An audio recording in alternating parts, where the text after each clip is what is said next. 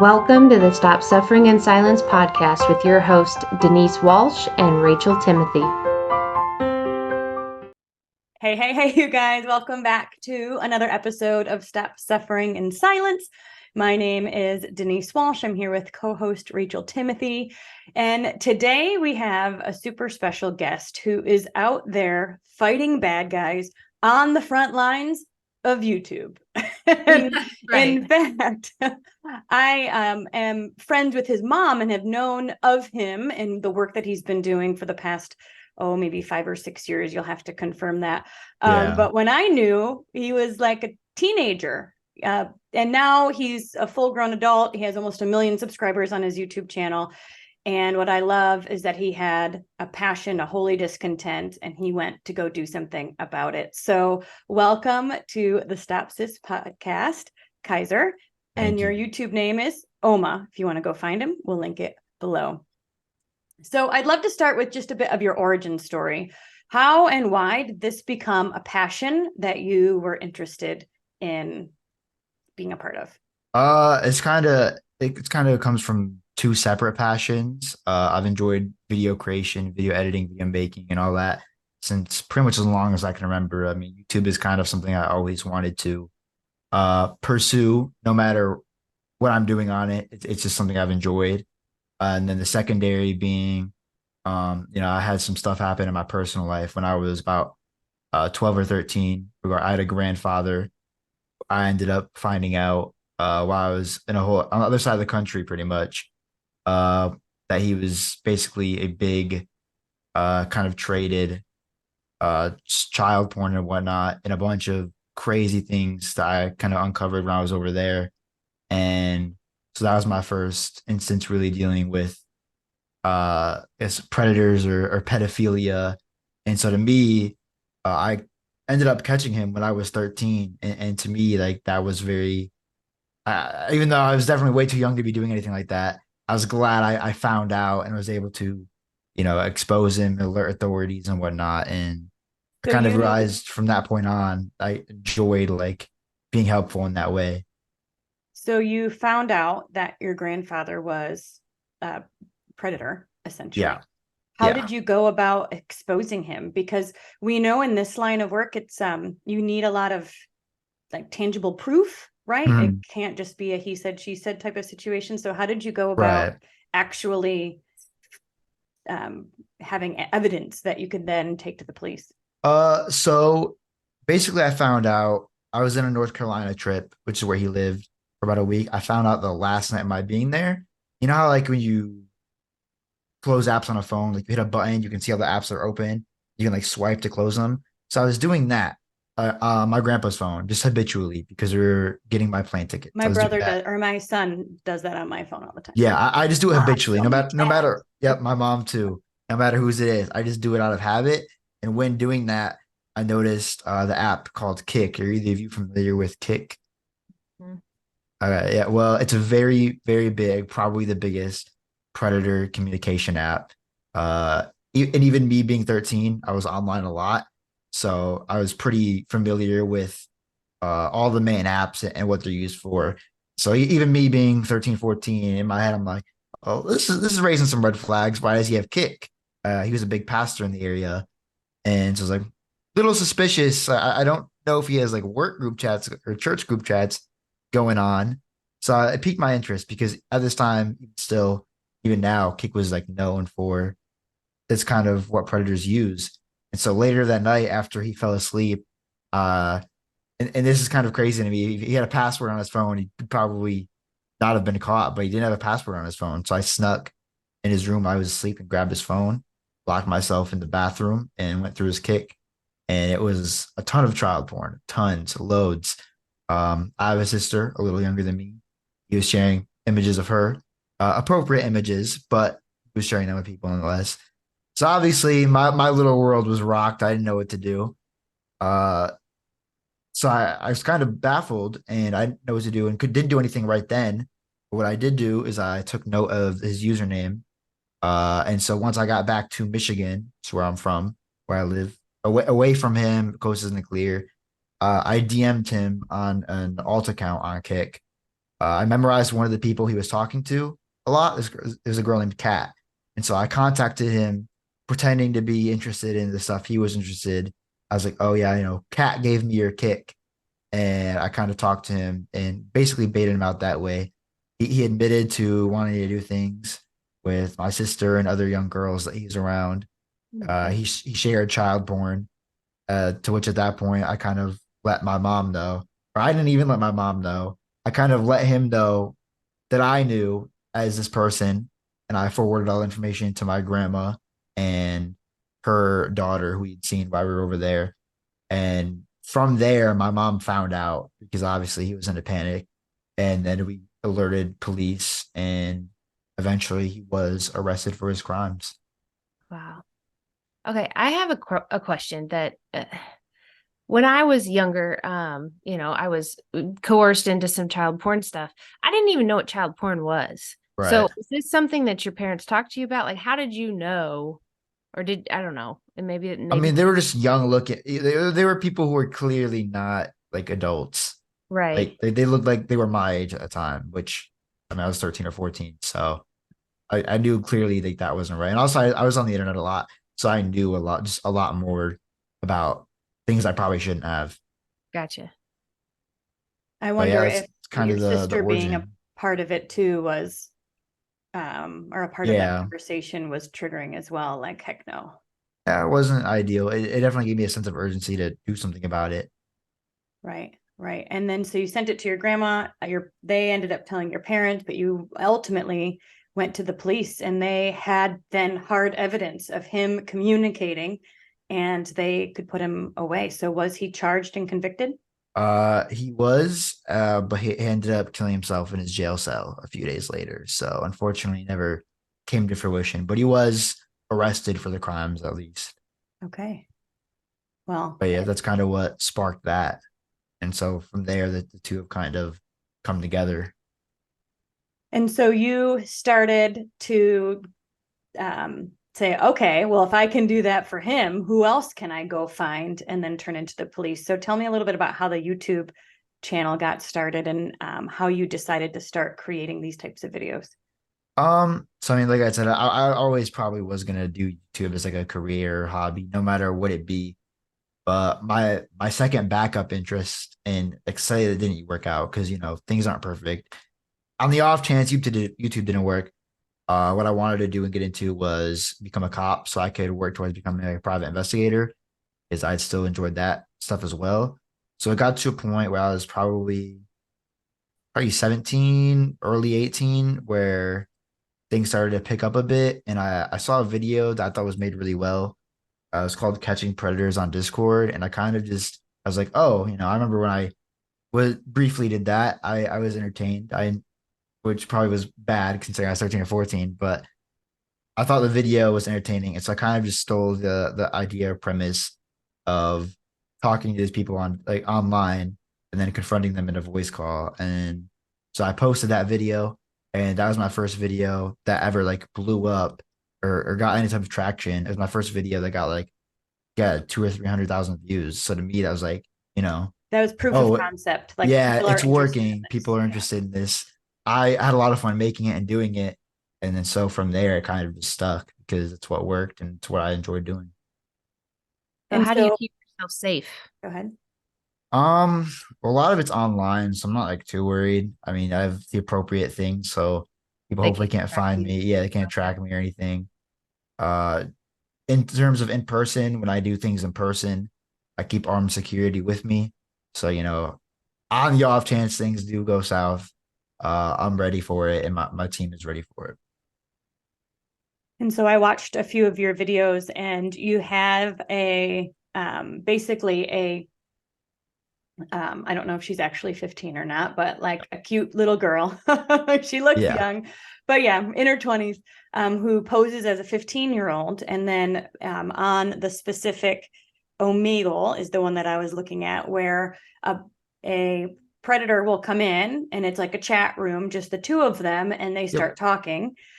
And then as they know her age, they start saying inappropriate things, asking inappropriate things, and then you pop in and confront them. What are you able to bring to the police with all of the investigations you're doing? So for the Omegle stuff, like what you're referencing, I don't really do much in terms of the police with that. That's more just so like their face out there and more to expose them. I mean, I would love to, but generally that's not enough to where cops would be able to work an angle off of it. It's just too, I guess the word is loose. So that's more for, I guess, exposure. So a lot of those guys in the video end up getting like, exposed or recognized by their family, which to me for that particular instance is acceptable and what I aim for.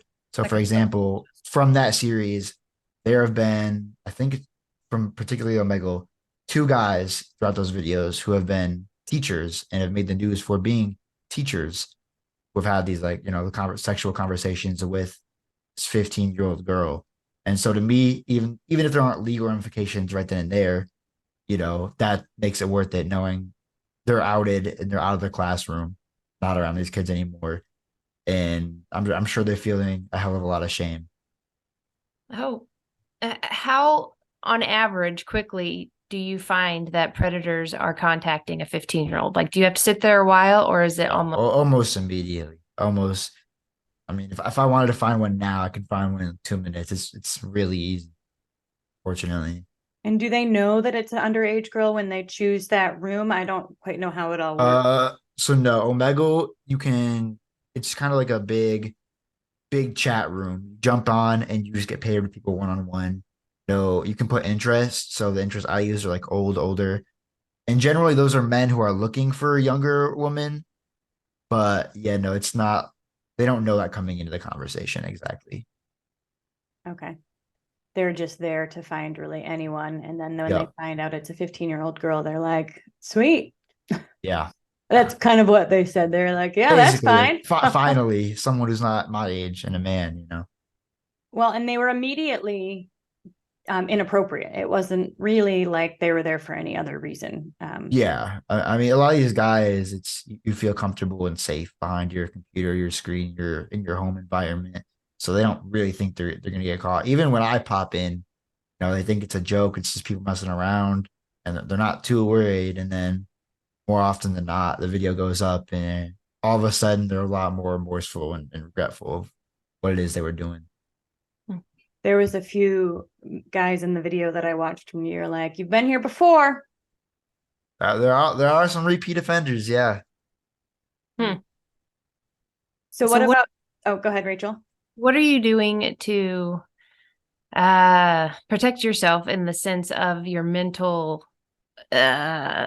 protection with this, seeing the types of things you're seeing, hearing the types of things you're hearing, the spiritual attacks that come from all of that? Like, this can warp a mind way, way, way, way too quickly. So what are you doing to ensure mental health? I mean, I'd like to say I don't think my mental health has been too greatly affected. Obviously, there are moments where it takes its toll or things go farther than I'm used to. Generally, I'm pretty desensitized to a lot of this, for better or for worse. But I go to therapy actively just because I know, what I do and see often is a lot for anyone. I'm sure no one's ever going to be fully desensitized to horrific things. So I guess, just, accepting that that's what's going to happen and going to therapy is kind of, what I do to keep my mind out of the gutter because it can warp your mind very quickly. It can. And you're also working alongside police. So there are some series that you have done that have been able to give information to local authorities. Can you tell us about that? So you're talking about like more like online things or in-person things for this? Well, I guess both. I didn't realize you did in-person stuff. So let's start Yeah. online and then we'll move in person. Okay, so online, what I've started doing recently, is catching predators on Discord how I would. However, a private company kind of reached out to me, giving me access to software that they have using AI, which is basically a facial recognition software program. Meaning, so these guys, they send a picture of themselves, say 9 out of 10 guys. I will then, from just their face, if I can get them to show their face, who they are, social medias, family members, and basically everything about them. So what I've started to do was using that to identify these men and basically confront them. So what I do is after this very long and explicit conversation, I out them and I say, I'll drop their name. Like, look, I know who you are. I know this person and that person, whether it be like their wife, their parents. Uh, I know where your children go to school and whatnot. And I'm planning on forwarding all this information to the authorities. If you'd like to hop in a call to explain yourself and I hear genuine remorse and sincerity, I may consider otherwise. However, just know, regardless, I'm going to go forward with this information to your family members and police. And they'll jump in the call because if they think there's a way they can weasel themselves out of it, they will. And I'm never going to let them go. I Okay. just, yeah, let me clarify. At no point are they ever going to get let go. The point and why I make sure I word it in a way they know it's not like blackmail or anything, but I make them feel like there's a possible out. When in the reality, I'm calling them just for to confirm it is the person that I am confident that they are, and it is, and also get more out of them, maybe extract more information or see if they can dig themselves into a deeper hole. Mhm. And I always go forward with the information to after that their family. I make sure to text wife. A lot of them have wives, parents, anyone I can find who will listen in regards to what this person is doing, and then I alert their local police. And just recently, from doing that, I never ended up finding this guy's job, but it came out about a month after the video released. He was recognized, and he was an eighth grade middle school teacher, and so that was like the third teacher that's been caught. But I just found that out recently, and he's also under investigation now. Wow. Wow. What are often the types of men that you see? I would say really there's two kind of guys. 95% of the guys, I would say they're lonely or they're unhappy with their wives and they just want like something else and they think this online stuff is quick and easy. And I'd say it's 95% of the guys. They're just looking for any girl. And if a girl happens to be 15, they don't mind. That's most of them. And then unfortunately, there are times where it is guys like that, but they've been mentally warped over 10 plus years. They've been, doing it for 10 plus years to where normal things aren't exciting to them anymore. And they do seek out and look for specifically young children, and that's what they like. And that's much more far and few between. But you know, there's a lot of individuals like that who they are really far in that hole. Mm. How is the police responding to you saying, got one, I got one, go get, is it Uh, enough to do something with, or are they they're just cool. collecting evidence? Uh, so if it's other like if it's online stuff in another state, I kind of just send it all over. Normally, I don't hear too much back.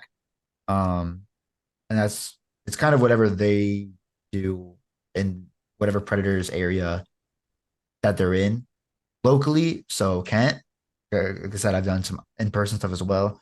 So I work with Kentwood Police Department from time to time. They're always cool. They're always chill with it. They're happy to take anything I got and talk to the person, go from there. But so generally, it's pretty good interactions with. They don't mind what I do and or they're happy to help. Well, I love that you started by just like, all right, I'm just going to out these people. What can I do? I'm going to out them. And so then you out them, but now you have the software to actually be able to identify via that facial recognition, get all of their details. So now it can all be sent, which makes that out like so much more important and powerful because you know all of their details behind it. So how did you go from online to in person?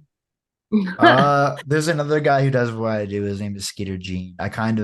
I'd already been doing it online for some time, and he was the guy who started like getting big, similar, like doing what I've done. And so I was like, hey, you want to see about doing this in person? And I guess he kind of showed me the ropes, and from there, got to a point where now I have my own team. We use like GoPros, big cameras, all types of stuff. We normally get like their Airbnb or motel. We set up in there and typically we'll hop on apps like Grindr, Whisper, just a bunch of random different apps, and then from there we'll see who wants to meet up with who they think is a 14, 15-year-old girl. We have a decoy girl, so we'll have a girl let them in, talk for a few minutes, and that's kind of after that I come out and basically interview them.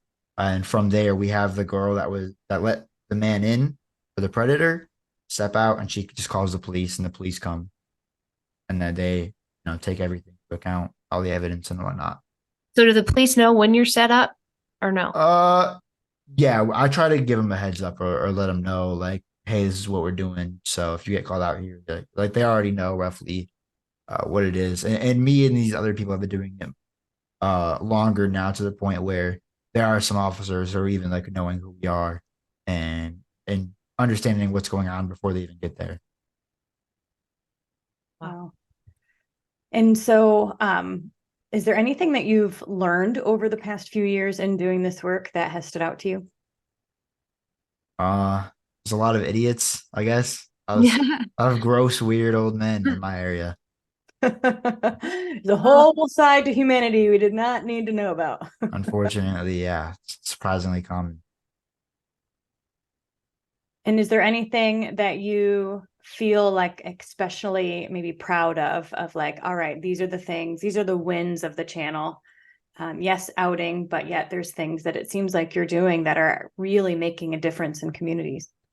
I would really say the teachers that I've caught, I'm happy that it's got out there and they're no longer in the classroom, in the environment of a lot of these guys are teachers in the age range of where I'm catching them. So recently, this guy, he was a eighth grade middle school teacher, he was talking really sexually to a girl he thought was 15, and that's pretty close to what he's teaching. So for me, those wins are when they, do face some pretty hard ramifications. And this guy ended up, there's a lot of like, he was in the news locally, so really everyone around him and his community like know what he's doing and has seen the video. So to me, those are always wins when, you know, they Wow. know that they're in trouble and people around him are aware. It'd be interesting to like send it to the police and the media at the same time. Yeah, Like, it is there was it like an was outlet interesting. that, I mean, I guess you kind of are the media, but yeah, you know what I mean? Like, take it to their local stations.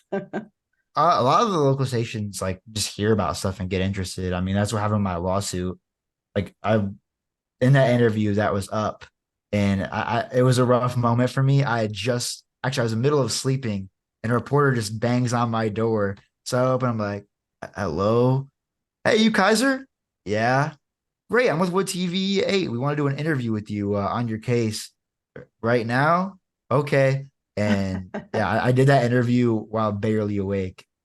But it's always fun to work with media and get more exposure on what's going on. And so the lawsuit is about the police who took some of your equipment in doing some investigation and has now had it for over 5 months. And so Yeah, he's working to get it back.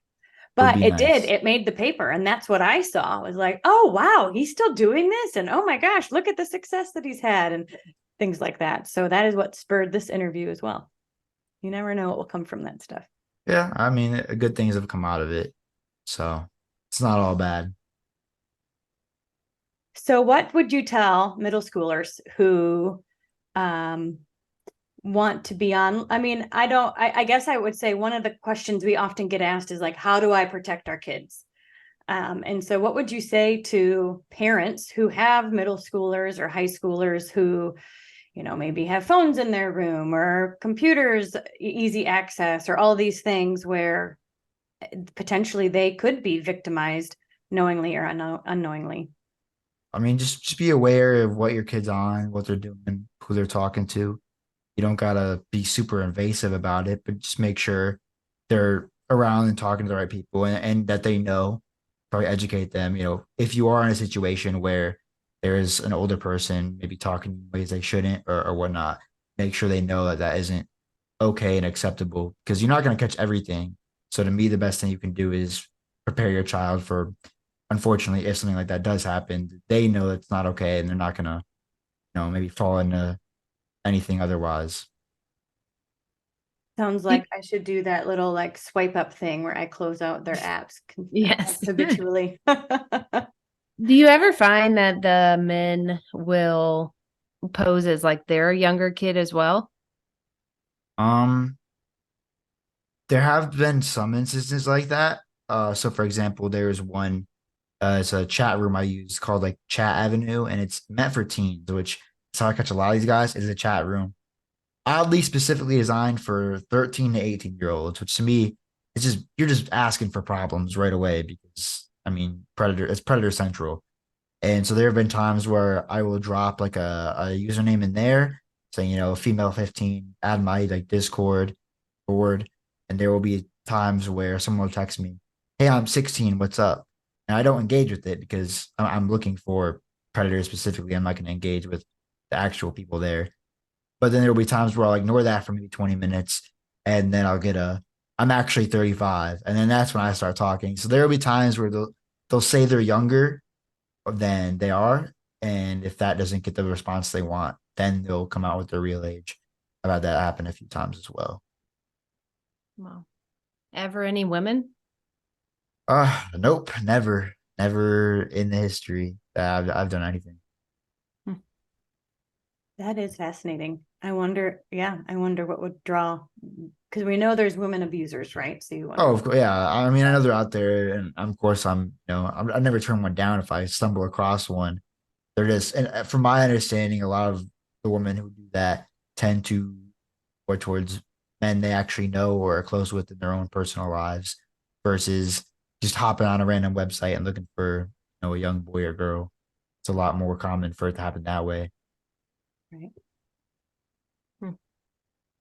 Is there anything that you want to share that I haven't asked you?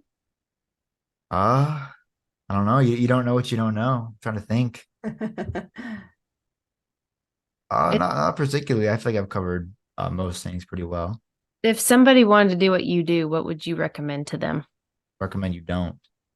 And I get a lot of that and a lot of people wanting to do what I do. And I get it, but my recommendation would just be don't. It's very mentally taxing, very lengthy process. And a lot of times things don't even happen. So, and I'm working as diligently as I can with police and within the confines of the law.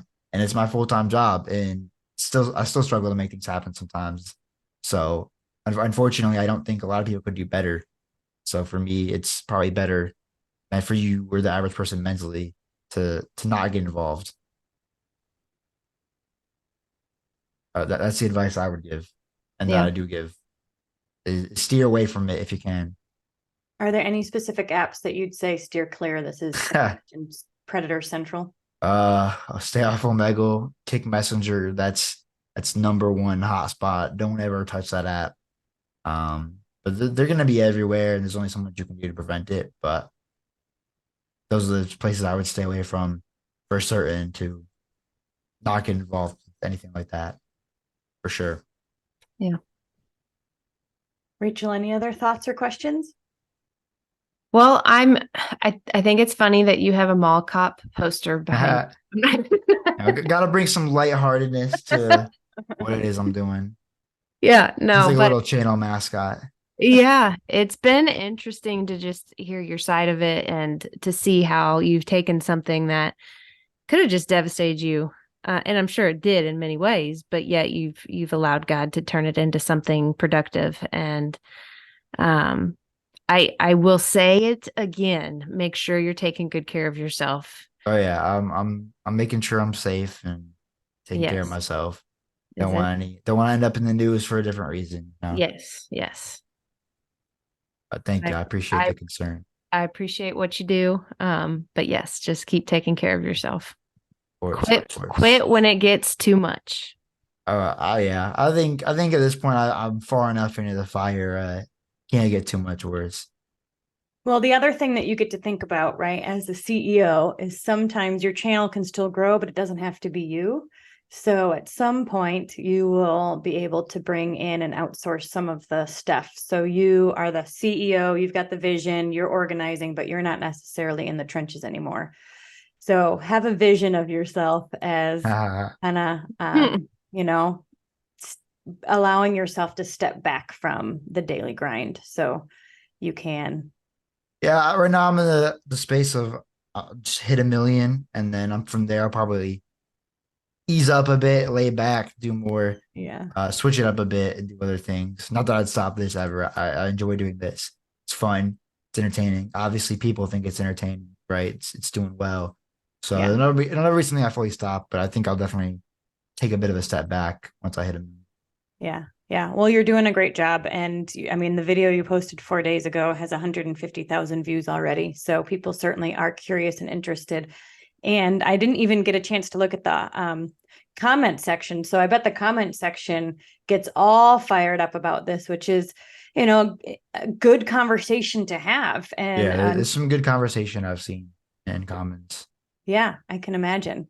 But yeah, and I know what it's like to be grinding, and there's a season for that, but just know that as the CEO, you can also start outsourcing. Yeah, I've tried like just editing work and whatnot, but to me, there's almost, I don't want to sound like egotistical, but there's no one I've been able to find who can do what I do as good as me.